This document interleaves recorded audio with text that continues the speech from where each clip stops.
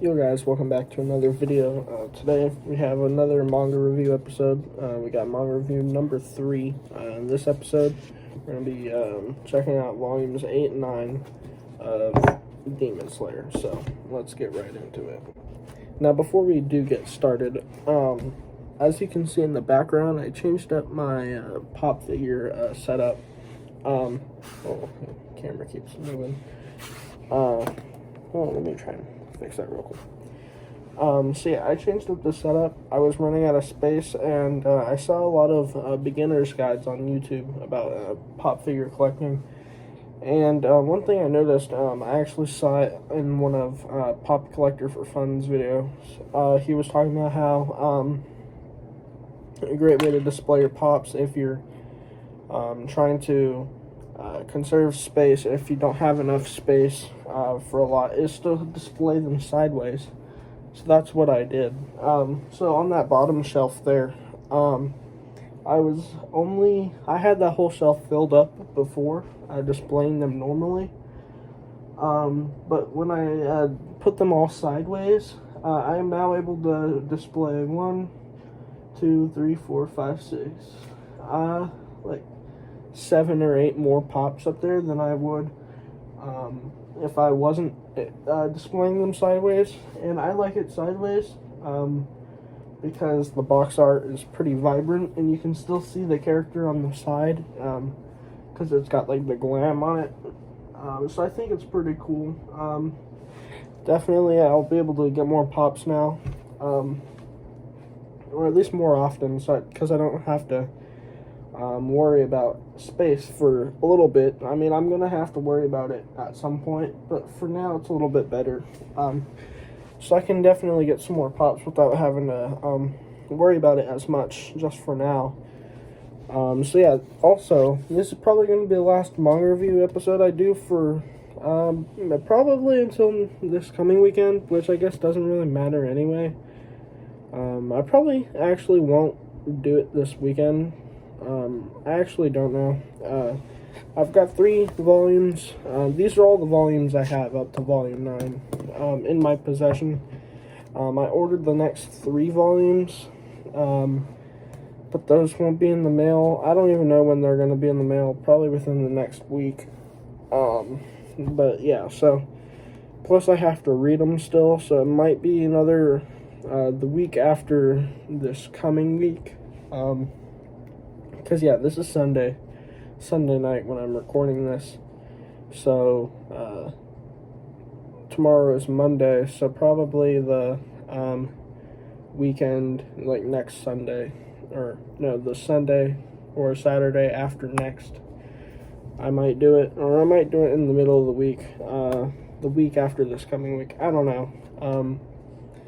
But yeah, I don't know when I'm getting my new volumes in, so don't be expecting a new manga review episode anytime soon, or at least within the next week. I probably won't make one. I do got some anime review coming. I'm going to make this video, and I'm going to try and pump out a anime review episode tonight, because I do have school tomorrow, so yeah. So I just wanted to tell you guys about my tell you guys about my pops, what I did there, and just let you guys know about the manga review situation. So yeah, let's get into the review. Alright guys, so yeah, keep in mind this is a spoiler review. I often forget to tell you guys that there's spoilers until I'm covering spoiler heavy parts in the either anime or manga. So I figured this time I ought to tell you guys at the beginning, because there's some pretty heavy stuff that happens in these 2 volumes. The show, like where I'm at here, the show hasn't gotten that far yet, and I'm covering what I think the movie is supposed to cover. I haven't checked out much about the movie, but I think the movie is like the whole the train arc thing. So yeah, we've got, this covers the rest of the train stuff. Volume 7 covered like the first half of it. This is probably like, it's the second half, I think. Yeah. And then we get some other cool stuff in Volume 9. So we're going to start off with Volume 8 here, and that is Chapter 62. So, Chapter 62, we finally see the Dream Demon thing from Chapter 61, or not Chapter 61, was it Volume 7. We see that dude. I still don't know if that's a dude or a chick. It's a demon monster thing, I don't know. But they get defeated. I think Inosuke takes it out.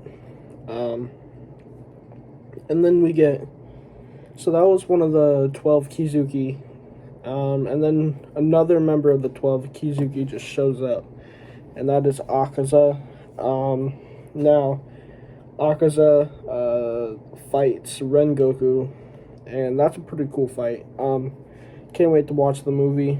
That's probably going to be a really cool fight to watch.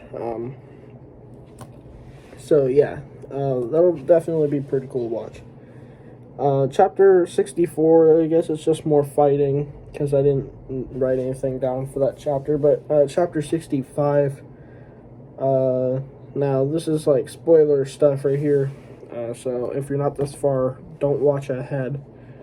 But Rengoku fails to kill Akaza. He does like chop like into his neck, but like doesn't chop off his head, so it doesn't really, he might as well not have done anything. Like, it doesn't do anything, he's just gonna regenerate.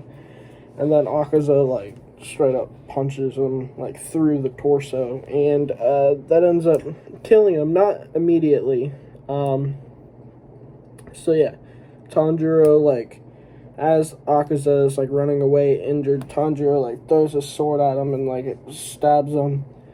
So Tanjiro loses his sword again, which is starting to become like a, what would you call it, a reoccurring event, I guess. And then in Chapter 66, Rengoku finally dies, and we see all of the Hashira, their reactions when they receive word of his death. And then in Chapter 67, we see Tanjiro kind of, I'd say, escape the Butterfly Mansion, because he's like, he just sneaks out. He's not supposed to be moving. He's very injured. So he just leaves when he wasn't supposed to. And then Shinobu is kind of like, she's a little mad that he left. But he goes off to find or talk to the family of Rengoku, because of course Rengoku was a big inspiration for him, albeit he didn't know him long, but he had a lasting impact on Tanjiro, and he still needs to learn more about the Kagura, or whatever it's called, the flame breathing thing that his dad knows about. So he goes off to see Rengoku's family, and basically what we get is he has a brother who's pretty cool, I guess, and his dad's a piece of work, but Rengoku's brother does tell Tanjiro that he'll let him know whenever he like finds anything out about the Kagura or whatever, because there was a book that had information in it, but it was like torn apart by their dad. And so yeah, that whole everything I was just talking about happens between Chapter 67 and 70, and then in Chapter 70 we don't meet them for the first time, because we met all of the Hashira in, what was it, Volume 6? We met all of them back then, but this is like when we finally like not just see them, but kind of get a feel for their personality and stuff. We'd like actually like, I guess we meet them kind of. I don't know the correct word or I'm thinking of. But they meet Tengen. Is it? I'm gonna butcher the name, but I think it's Tengen Uzui. He's like a ex-ninja, and he's the guy who's always talking about how his stuff needs to be fabulous. Kind of reminds me of I forget his name, but the blonde-haired dude with the naval laser from My Hero Academia. I forget his name, but he kind of reminds me of him in a way. And so the main characters set off on a mission with him, and that's the end of that volume. And so I'd give that volume a 10 out of 10. It is a banger. We got an awesome fight and some pretty heavy stuff. I feel like they did kill off Rengoku too quick. It was kind of sad, I guess, when he did die, but like, I feel like I didn't get too attached to him at all, and they killed him off too early, I think. But yeah, we get more stuff, like a little bit more information on the Kagura or whatever. And like I said, that awesome fight with Akaza, I just can't wait to see how they do that in the movie. I think the movie is going to be really good. And I heard from people who have seen it in Japan, I've heard people say it was pretty good, so I can't wait for that. Honestly, 10 out of 10. So yeah, let's cover volume. Alright, so volume 9 starts off chapter 71. Oh man, I'm sorry, my eyes are watering a little. I'm a bit tired. I just yawned. So yeah, they just left on their mission, and they go into the city, and they're trying to look for Tengen's wives, because they're like spies or whatever, and they're trying to gather. He sent out his wives to go gather information on a demon that he suspects is in that town, because they're what are they called? Konoichi, I think they're called. They're like female ninjas. So yeah, they're trying to look for them because he hasn't heard word from them in a long time. So they need to go find them, but they have to. They're at like these weird house things. It's almost like I don't know if it's like an orphanage, but like it's more like a boarding school, I guess. I can't remember exactly. It's pretty weird, but long story short, they have to disguise as women in order to, go into these house things to find the girls.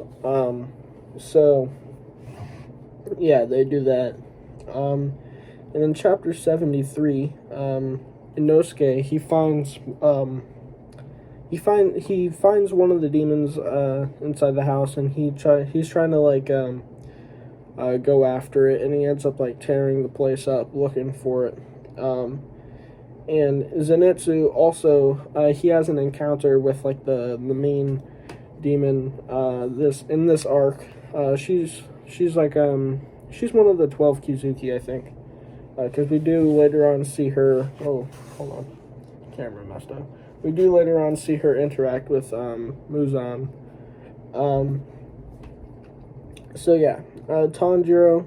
So yeah, a lot of stuff happens, or nothing too important happens. There's just a lot of talking between chapters 73 and 76.